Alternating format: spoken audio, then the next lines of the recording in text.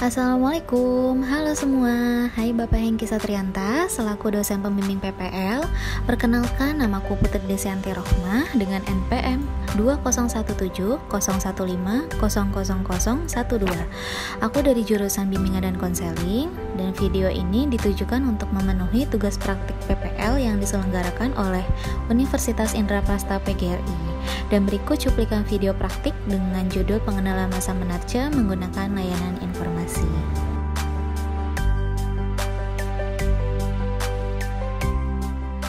Assalamualaikum, selamat pagi adik-adik semua. Jika menonton pada waktu lain, selamat siang, selamat sore, maupun selamat malam. Gimana nih kabarnya adik-adik nih semuanya? Semoga kita semua tetap pada lingkungannya dan sehat terus ya adik-adik. Tetap semangat dan menjalani aktivitas di rumah aja ya adik-adik. Dan semoga bumi kita juga lekas kembali, amin. Nah, senang sekali rasanya kakak bisa berkesempatan hadir dalam memberikan pemaparan materi yang tentunya bermanfaat juga buat adik-adik secara virtual ini. Gak apa-apa ya. Semoga di lain waktu kita bisa berjumpa dengan kondisi yang tentunya sudah kembali normal. Ya adik-adik, amin ya rabbal alamin. Dan di sini adik-adik sebelum masuk ke dalam kegiatan kita hari ini, izinkan kakak untuk memperkenalkan diri terlebih dahulu ya adik-adik semua. Di sini nama kakak Putri Desianti Rohmah dan adik-adik bisa panggil kakak Putri. Nah di sini kakak berasal dari lahir dan menetap di Jakarta. Nah, kakak merupakan mahasiswi dari Universitas Indraprasta PGRI dan dari jurusan Bimbingan dan Konseling di kampus tersebut. Nah, dalam kegiatan kali ini kita akan melakukan kegiatan dari salah satu layanan bimbingan dan konseling, yaitu layanan informasi. Mungkin adik-adik di sini sudah ada yang pernah mengikuti kegiatan tersebut atau sudah pernah tahu. Nanti tetap kakak akan menjelaskan apa itu sih layanan informasi. Nah, di sini jadi layanan informasi itu adalah pemberian materi mengenai jikalau adik-adik itu belum mengetahui apa saja yang adik-adik ingin ketahui, memperluas wawasan adik-adik dalam segala hal apapun. Misalkan di aktivitas adik-adik sehari-hari ini tentunya banyak sekali kesempatan-kesempatan yang akan hadir. Misalkan kayak kesempatan itu untuk pengembangan diri adik-adik seperti apa, potensi adik-adik meningkatkan hobi, mengembangkan potensi adik-adik yang adik-adik miliki. Nah itu adalah layanan informasi itu bertujuan untuk hal tersebut. Di sini contohnya adik-adik bisa berkesempatan memiliki banyak sekali teman lagi di lingkungan sekitar kalian ya. Dari sinilah adik-adik perlu memahami bagaimana nih caranya berkenalan dengan baik agar bisa diterima, bagaimana berkomunikasi dengan baik agar bisa diterima juga di lingkungan tersebut. Nah, di sini adik-adik mencari informasi, mencari informasinya bagaimana nih cara bersosialisasi dengan baik. Layanan informasi itu dibutuhkan. Layanan informasi itu mencakupnya itu luas ya adik-adik, pengetahuan-pengetahuannya luas yang bisa dijadikan adik-adik untuk mempertimbangkan suatu kesempatan itu untuk diambil. Nah, disinilah layanan informasi itu dibutuhkan. Karena layanan informasi itu cakupan yang cukup luas, jadi di sini kakak mempersempit lagi topik yang akan kakak ambil. Nah, di sini sejalan dengan layanan informasi yang tadi, karena banyak sekali informasi yang mencakup di dalam tersebut, itu kakak dalam kegiatan hari ini berkesempatan untuk mengambil salah satu topik yang menurut kakak itu cukup penting untuk diketahui adik-adik sekalian. Apa nih topiknya? Nih adik-adik bisa kakak akan membahas mengenai masa pubertas. Nah, masa pubertas ini kan bisa bisa laki-laki, bisa perempuan. Nah, di sini kakak mempersempit lagi. Kakak cuma mengambil perempuan saja, ya, masa pubertas pada perempuan. Masa pubertas pada perempuan itu juga banyak contohnya, ya kan?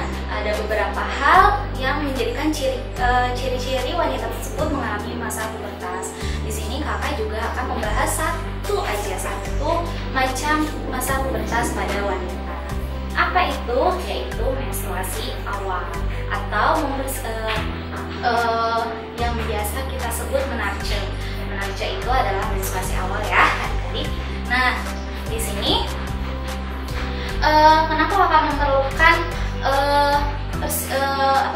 pengambilan topik ini? Karena adik-adik perlu nih mempersiapkan diri untuk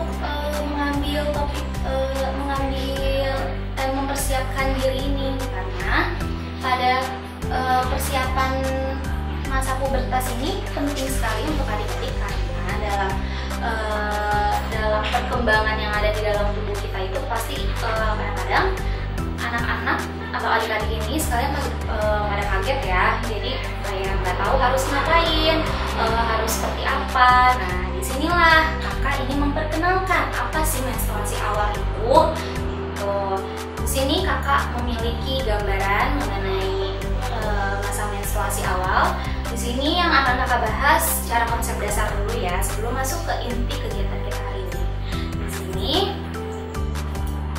dalam kegiatan kita kali ini nanti misalkan kakak memberikan gambaran seperti ketika ada dua siswi di sekolah yang sama baru mengalami masa pubertas. Pubertasnya yaitu menstruasi awal. Nah, kedua siswi ini kita sebut saja si A dan si B. Nah, si A ini memiliki kecemasan dan kekhawatiran yang berlebih. Dari mana? Kenapa? Karena si A ini belum mempersiapkan diri. Gitu. Jadi dua-duanya sama nih, si A dan si B sama-sama baru mengalami menstruasi awal, sama-sama tidak merasa nyaman menggunakan pembalut pertama kali. Nah, disinilah perbedaannya. Si B itu terlihat lebih percaya diri, lihat dia lebih ke pada merasa dirinya sudah menjadi dewasa. Nah, disinilah adik-adik bisa terlihat ya perbedaannya seperti apa. Jadi si A itu merasa tidak percaya diri, takut karena baru pertama kali melihat keluarnya darah dari tubuhnya, jadi khawatir atau cemas berlebih. Nah, sedangkan si B itu percaya diri walaupun memang sama-sama merasa tidak nyaman, gitu kan. Nah, di sini kenapa nih merasa tidak nyamannya seperti apa? Kenapa? Karena si A tadi belum mempersiapkan diri, masih kaget, belum memiliki kesiapan untuk mengalami menarche tadi. Nah, sudah masuk ke konsep dasar dari topik kegiatan hari ini. Di sini juga dalam kegiatan kali ini tuh akan menjadi efektif diperlukannya tata cara. Nantinya kita akan kakak akan memberikan penjelasan mengenai materi yang tadi secara lebih rinci. Kemudian nanti kakak membentuk beberapa kelompok kepada adik-adik untuk saling satu kelompok itu masing-masing bekerja sama. Bagaimana nih membahas tentang materi yang tadi. Nanti juga ada sesi tanya jawab. Sesi tanya jawab juga diperlukan nanti antar kelompok, lalu adik-adik bisa menyimpulkan kembali kegiatan kita pada hari ini. Nah, untuk selain itu nanti ketika adik-adik ada yang ingin ditanyakan, adik-adik bisa angkat tangan kanan, ya, secara bergantian. Jadi tetap tertib ya adik-adik. Nah, dalam kegiatan kita hari kali ini ada harapan-harapan dari adik-adik nih, dari kakak. Dalam kegiatan kali ini kakak minta kerjasamanya nih sama adik-adik agar pencapaian tujuan kegiatan ini serta manfaatnya bisa diterima oleh adik-adik. Kakak minta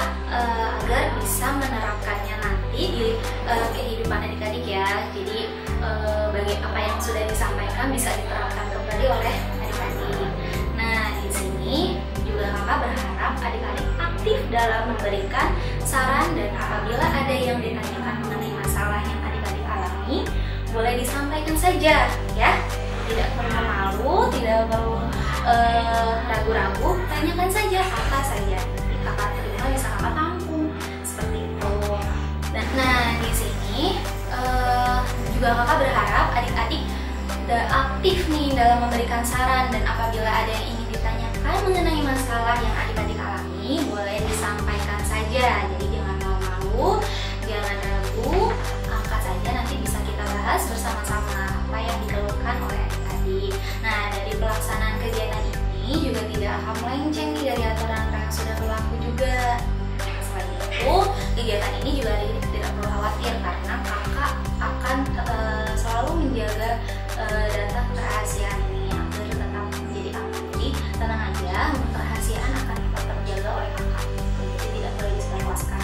Adik-adik juga kakak harapannya kakak ketika ada yang informasi-informasi mengenai data pribadi teman-teman adik atau kakak sendiri itu tidak perlu diceritakan di luar kegiatan ini ya.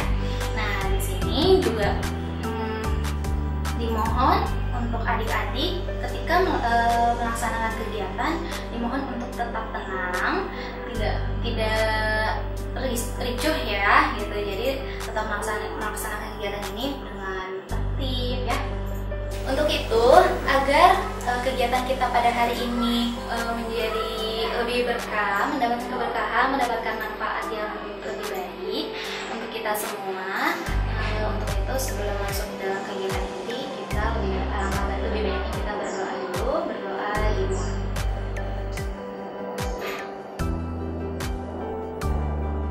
Selesai.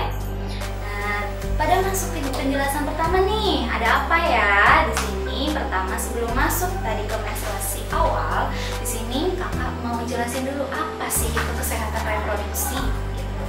Nah, kesehatan reproduksi itu keadaan sehat nih secara fisik, secara mental, dan sosial secara utuh.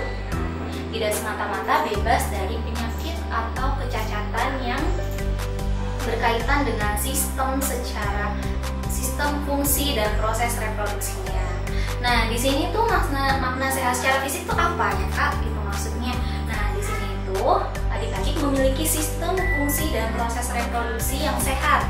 Itu secara medis tanpa ada gangguan tertentu ya. Di sini secara sehat, dan di sini ada sehat secara mental. Tadi ya yang sudah disebutkan, mental itu secara sehat mental itu apa kak? Secara sehat mental itu merupakan adik-adik paham mengenali jati diri adik-adik, paham betul mengenai sex education atau seks pengetahuan seks di luar sana dalam kehidupan sehari-hari juga. Jadi adik-adik memahami betul batasan-batasan yang perlu dibatasi ya dalam badan kita ini ya, mana yang boleh dipegang, mana yang tidak boleh gitu. Nah, di sini juga ada pun yang dimaksud dengan secara sehat sosial. Apa sih secara sehat sosial itu? Di sini adik-adik mampu bertingkah laku dan melanjutkan identitas seksnya secara normal berdasarkan tinjauan-tinjauan agama dan hukum yang berlaku di negara kita. Khususnya bagi remaja, pemahaman akan kesehatan reproduksi itu memiliki arti penting nih bagi pengembangan diri kalian ya. Jadi kesehatan reproduksi itu sangat berpengaruh di pengembangan diri kalian sendiri ya. Jadi untuk itu perlunya dijaga adik-adik ini dalam kesehatan reproduksinya ya. Nanti ada sesi di mana kakak akan memberikan tips-tips nih ya kan. Jadi jangan di-skip dulu. Kakak akan melanjutkan pembahasannya mengenai pubertas ya, lebih mengecil lagi nih. Pubertas itu apa sih kak? Nah, pubertas itu suatu tahap perkembangan seorang anak menjadi dewasa ya. Jadi adik-adik nih sudah beranjak menjadi remaja kan. Di sini remaja itu menjadi dewasa secara seksual kan. Nah, sesuai dengan topik kegiatan kita hari ini, kakak hanya akan membahas mengenai pubertas pada perempuan, di mana tanda-tandanya seperti payudara mulai tumbuh, tumbuhnya rambut di kemaluan dan di ketiak, dan menstruasi. Nah, disinilah kakak akan membahas menstruasi. Apa sih menstruasi itu? Menstruasi itu adalah salah satu ciri khas penanda matangnya organ intim pada wanita. Nah, di sini secara alami akan dialami nih oleh semua wanita normal ya. Sehingga ini merupakan masa emas yang perlu dipahami oleh setiap wanita. Di balik itu semua, masa menstruasi pertama adalah hal yang penting untuk ditelaah secara mendalam. Menstruasi pertama itu sering dikenal sebagai menarche yang tadi sudah kakak sebutkan di awal tadi ya. Nah, kak, kapan sih terjadinya menstruasi ini? Nah, kapan aja nih? Sebenarnya tidak ada waktu yang tepat gitu ya, yang pasti kisaran umur berapanya, karena biasanya semakin zamannya makin kesini tuh anak-anak biasanya lebih muda gitu. Sekarang minimal ada yang 8 tahun sudah mengalami menstruasi awal, tetapi biasanya di umur 11 tahun itu sudah ada, biasanya rata-rata di 11 tahun itu sudah mengalami menarche atau menstruasi awal. Nah, ada juga yang mengalaminya di umur 10 tahun sampai 13 tahun. Nah, di sini juga ada pula nih yang lebih lambat usianya, yaitu 18 tahun. Di sini akan berhenti menstruasi itu di masa menopause atau lanjut usia itu. Setelah berhentinya menstruasi gitu. Nah, tanda umum yang bisa muncul itu apa sih biasanya? Menstruasi itu dimulai 2 tahun setelah payudara mulai tumbuh serta keluarnya cairan putih dari vagina adik-adik. Biasanya sebulan sebelum menstruasi gitu. Nah, anak perempuan mengalami menstruasi pertama itu di usia yang biasanya sama dengan ibu kandungnya ketika ibu kandung kalian mengalami menarche pada masa mudanya gitu. Jadi adik-adik bisa tanyakan, ibu kapan mengalami menstruasi pertama kali nih, umur berapa? Kemungkinan itu akan terjadi pada adik-adik nanti. Nah, di sini siklus menstruasi itu ada juga. Siklus itu merupakan hari pertama menstruasi hingga hari pertama menstruasi berikutnya. Jadi ketika adik-adik mulai menstruasi awal pertama kali, misalkan pada bulan Januari, nah nanti siklusnya itu akan dihitung kembali di bulan selanjutnya, itu bulan Februari, di mana hari dimulainya menstruasi dinamakan hari pertama siklus ya. Jadi misalkan pada bulan Januari adik-adik baru mengalami menstruasi awal itu di tanggal 1 Januari, kemudian nanti dihitung sampai kapan nih? Misalkan 7 hari ya kan, pada umumnya 7 hari, misalkan di tanggal 7 Januari itu adik-adik sudah selesai masa menstruasi awalnya. Nah, dihitunglah ke depannya pasti di bulan tanggal 1 di bulan Februari juga. Nah, di sini variasinya itu cukup luas ya, bukan variasi siklus menstruasi itu kadang-kadang berbeda-beda pada satu wanita gitu, dan itu tidak terjadi pada beberapa wanita, itu akan terjadi pada semua kaum wanita, akan mengalami perbedaan siklus juga gitu. Nah, di sini terdapat sindrom sebelum memasuki menstruasi. Apa sih Kak sindromnya itu Kak? Nah, di sini menjelang datang bulan itu menstruasi itu biasanya mengalami rasa yang tidak enak gitu. Rasa yang gak enak itu biasanya nyeri pada payudara, rasa perih pada perut bagian bawah ya kan, dan merasa sangat lelah, mudah lelah, capek karena mungkin darahnya keluar, banyak yang dikeluarkan. Di sini juga bisa nyeri otot, terutama pada punggung bagian bawah atau perut. Nah, di sini ada juga perubahan kebasahan vagina, mukanya berminyak atau tumbuh jerawat. Nah, gangguan emosinya itu bisa mudah tersinggung atau gelisah ya. Biasanya ini juga sudah banyak yang mengalami ini.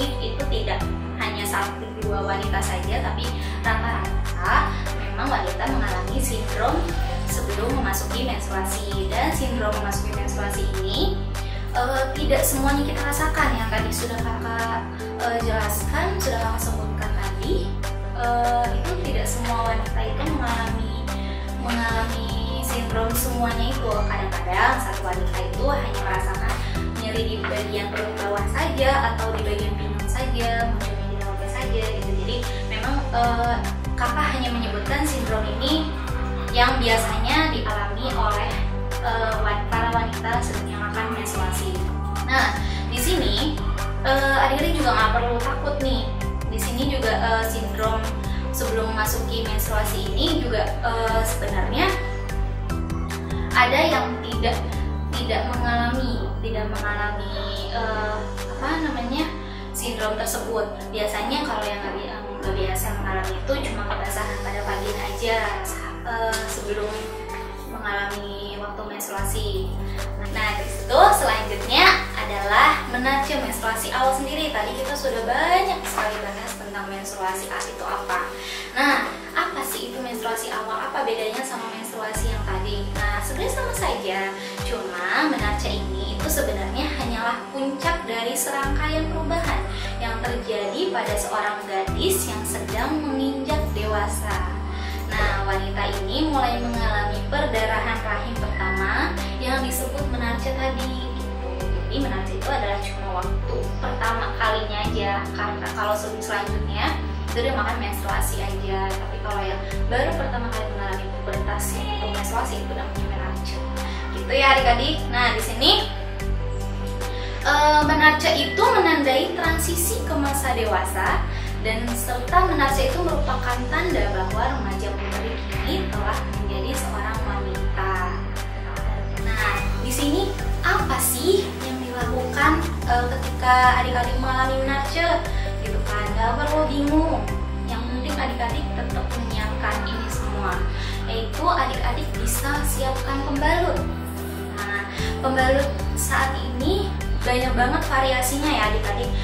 Variasinya itu mulai dari panjangnya si pembalut tersebut, kegunaan pembalut tersebut tuh biasanya ada yang untuk malam hari, ada yang untuk kegiatan sehari-hari, ada yang tebal dan ada yang tipis.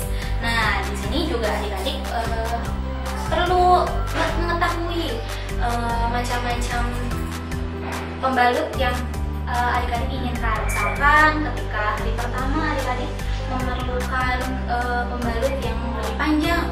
Nah, di sini adik-adik bisa mencari berapa. Karena di sini variasi pembalut itu cukup banyak ya, ukurannya ada yang misalkan 36 cm, cukup panjang untuk malam hari. Biasanya malam hari karena 8 waktu tidur kita ada 8 jam, jadi kayak nggak mungkin aja kan gitu harus ganti, takutnya tembus, takutnya apa, jadi diperlukannya pembalut yang panjang. Nah, di sini juga selain pembalut tadi, adik-adik perlu mempersiapkan menghitung tadi yang tadi kakak sudah jelaskan sebelumnya, yaitu siklus ketika adik-adik mengalami menstruasi. Nah, di sini adik-adik bisa catat nih kapan pertama kali adik-adik mengalami masa menstruasi. Nah, di sini tujuannya untuk mempersiapkan diri adik-adik dalam membawa kebutuhan menstruasi ya, seperti pembalut, pakaian dalam ganti, dan plastik untuk membungkus pakaian dalamnya yang ternoda. Nah, di situ dibawa selalu ke dalam sebuah tas kecil atau pouch. Itu disebutnya ya adik-adik bisa bilang menstruasi pack aja ya, karena di dalamnya itu adalah kebutuhan untuk mempersiapkan ketika akan menstruasi kembali di bulan berikutnya. Nah, disinilah pentingnya siklus itu dihitung kembali oleh adik-adik. Di sini bagaimana sih cara mengatasi sindrom menstruasi?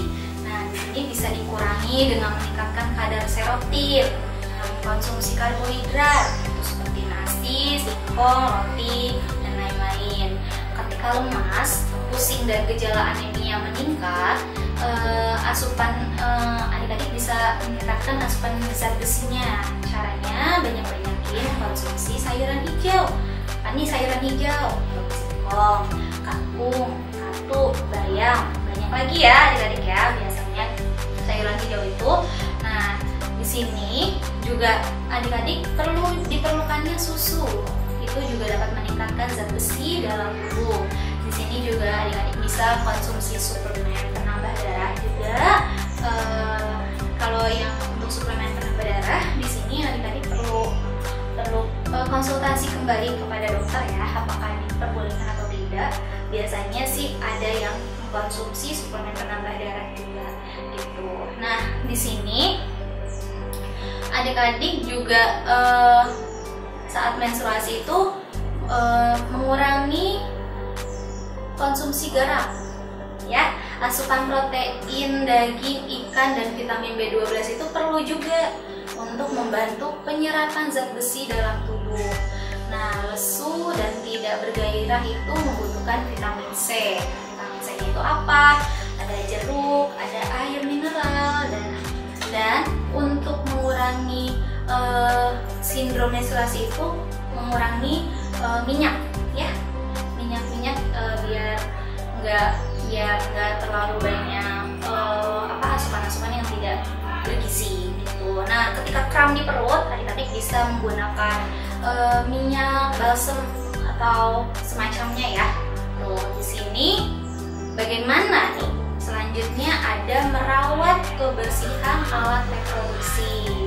Di sini setiap setelah buang air besar atau air kecil, disisakan untuk selalu mencuci bagian luar alat kelamin adik-adik dengan air dan sabun. Nah, di sini yang sebelum membasuh bagian alat kelamin ini, adik-adik juga perlu ya untuk mencuci tangan terlebih dahulu ya, agar ketika membasuh alat vaginanya setelah buang air besar dan air kecil itu tetap selalu bersih. Di sini juga dengan air yang bersih juga ya, dan sabun. Diusahakan sabun yang digunakan itu adalah sabun yang khusus untuk daerah kewanitaan adik-adik sendiri. Nah, selain itu perlu diperhatikan juga nih kebersihan pakaian dalamnya, karena masa pendewasaan pubertas ini itu memiliki pengaruh terhadap kelembapan di sekitaran wanita, jadi harus tetap selalu kering gitu ya.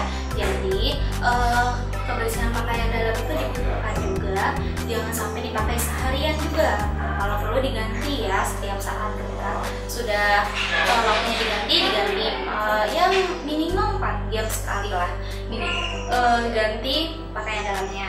Selanjutnya, rambut yang tumbuh di alat kelamin itu harus rajin dicukur. Nah, ini kenapa? Karena pada rambut-rambut di alat kelamin itu adalah bakteri ya sebenarnya. Karena pada ketika kita sedang membersihkan, biasanya bakteri itu akan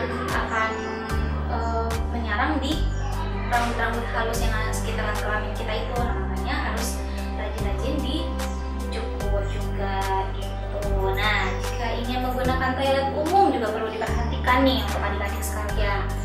Kenapa? Karena di toilet umum itu tentunya banyak sekali ya orang yang sudah berlalu lalang di sekitaran toilet tersebut. Yang menggunakan toilet tersebut juga banyak, bukan 1-2 orang saja ya kan.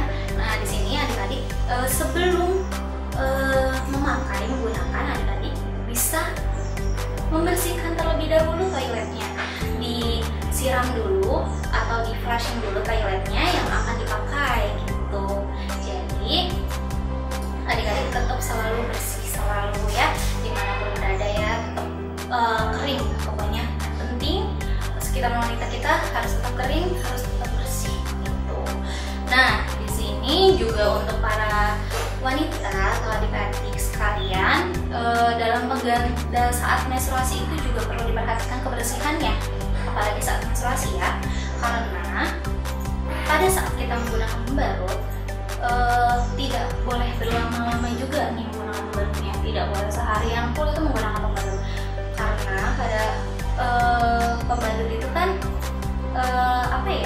banyak kandungan-kandungan yang memang tidak baik untuk daerah wanita kita.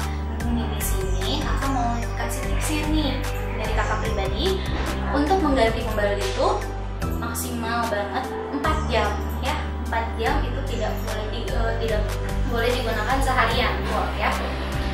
Ntar 4 jam sekali itu diusahakan diganti pembalutnya gitu adik-adik ya. Jangan sampai malas untuk mengganti pembalut. Nah, di sini juga pemakaian panty liner. Apa sih panty liner itu? Panty liner hampir sama dengan pembalut, tapi berbeda manfaatnya. Kalau pembalut itu kan untuk menstruasi, tetapi kalau panty liner itu biasanya digunakan untuk ketika kita sedang mengalami keputihan ya.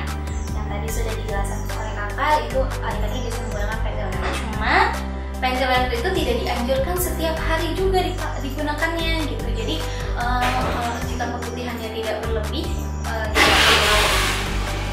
tidak perlu menggunakan panty liner, cukup mengganti pakaian dalam saja yang rajin ya. Jadi untuk menggunakan panty liner juga 2 jam sekali itu harus diganti gitu ya untuk panty liner sendiri, karena dia ukurannya juga lebih kecil dan lebih tipis lagi kalau panty liner ya adik-adik. Cuma untuk berbentuknya sih hampir sama dengan pembalut. Nah, di sini juga adik-adik hindarkan bedak pada daerah sekitaran wanita adik-adik ya.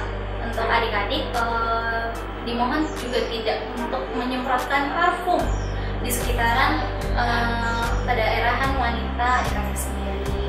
Nah, tadi sudah banyak sekali pembahasan yang sudah kita bahas hari ini di kegiatan ini. Tentunya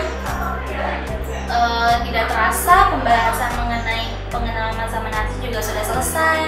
Nah, apa saja nih yang sudah dibahas pada hari ini, yang sudah didapatkan oleh adik-adik, yang sudah diterima oleh adik-adik, yang bisa diterapkan oleh adik-adik di sini pada hari ini. Nah, jadi menarca itu tidak perlu untuk dikhawatirkan ya. Jadi semua wanita itu akan menarca. Jadi adik-adik akan mengalami masa menarca ini. Jadi nggak perlu khawatir. Jadi adik-adik harus mempersiapkan hal-hal yang sudah tadi kita bahas secara bersama-sama. Untuk itu, karena untuk itu masa menarca ini menandakan adik-adik akan beranjak menjadi remaja. Jadi di tingkat yang lebih tinggi lagi. Terus sebelum masuk ke dewasa, adik-adik akan menjadi remaja awal terlebih dahulu. Itu dengan statusnya adik-adik yang sudah menjadi remaja, diharapkan adik-adik bisa menjaga kebersihan dan kesehatan alat reproduksinya, serta selain menerapkan hal-hal tersebut, adik-adik juga bisa lebih bertanggung jawab kepada diri adik-adik sekalian. Dari kesimpulan yang sudah dipaparkan tadi, untuk itu ini mengakhiri kegiatan kita hari ini ya. Sekian dari kakak, bila ada kesalahan dalam kalimat mohon dimaafkan, dan terima kasih untuk adik-adik sudah menonton video ini. Semoga kita sehat selalu dan tetap di rumah aja ya. Terima kasih. Wassalamualaikum warahmatullahi wabarakatuh.